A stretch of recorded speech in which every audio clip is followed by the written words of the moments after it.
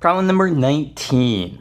We had a triple integral in cylindrical coordinates, which computes the volume of the region in the first octant, bounded by the planes x, y, and z are all equal to 0 separately, in this plane right here. So this is a tetrahedron. Let me draw the picture of what this looks like here. So we have this tetrahedron. So it's the tetrahedron formed by, let me draw those sides as well with those sides right there. Let me just point out real quick that if you want to determine the x, y, and z intercepts, so like to determine the x-intercept, you set y and z to be 0. 63x is equal to 252, or x is equal to 4.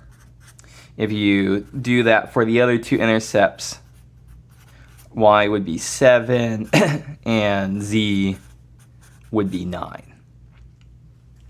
Okay, so this is a problem we've done a lot before, this kind of thing, using normal rectangular coordinates. But here the twist is that I'm asking you to write it out in cylindrical coordinates. So that's a little bit of a twist, which is not the usual thing, but we can still certainly do that. Okay, so for cylindrical coordinates, we're looking for bounds on theta and r and z. Okay, so to think about theta and r, we need to think about the projection of our tetrahedron down into the xy plane.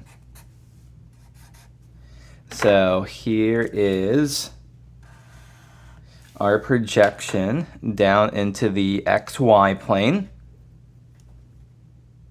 Again, this is going to be x is equal to 4 and y is equal to 7 here. So an equation of this line in rectangular xy coordinates would be, let's see here, y is, I'm just going to write it as, let's see here, if we set z is equal to 0, we get 63x plus 36y is equal to 252. We can divide everything here by 9 to get 7x plus 4y is equal to, I think, 28. Okay, so bounds on theta and r.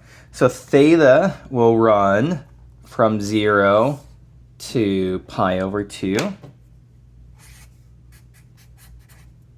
And then r will run from 0 until we hit this line. And this line has equation 7x plus 4y is equal to 28. Let's rewrite that line so that it's in polar coordinates. So what do we have? 7 times r cosine theta plus 4 times r sine theta is equal to 28. Factor out r. R times 7 cosine theta plus 4 sine theta is equal to 28. Divide by everything that's not that r. R would be 28 over all of this.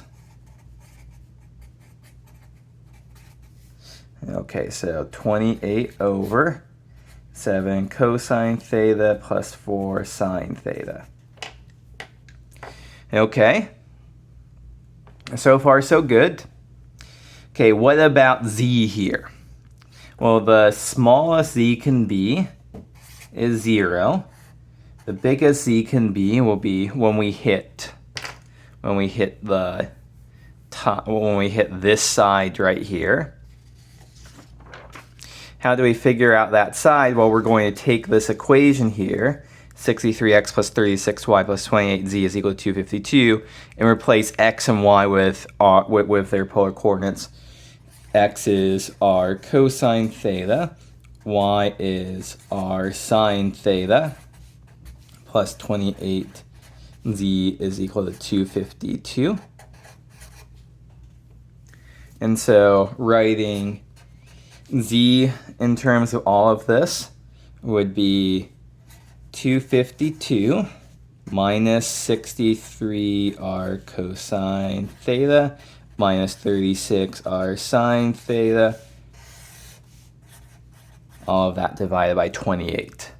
So this right here is our upper bound Z. I'm not going to bother to rewrite it here, but this is enough. So let's double check. We're asked for the volume of the region, so we're integrating 1 naturally over the bounds of the region. But when we switch to cylindrical coordinates, we need to throw in the factor of r. Okay, so here's our integral. Theta runs from 0 to pi over 2.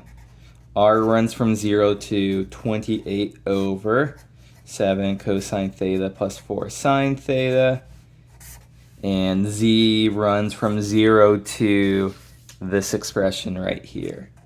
252 minus 63r cosine theta minus 36r sine theta, all of that over 28. R Z dr d theta. So maybe not the most natural problem to work out. We'd probably rather do this in spherical coordinates than cylindrical coordinates, but we can still certainly do this.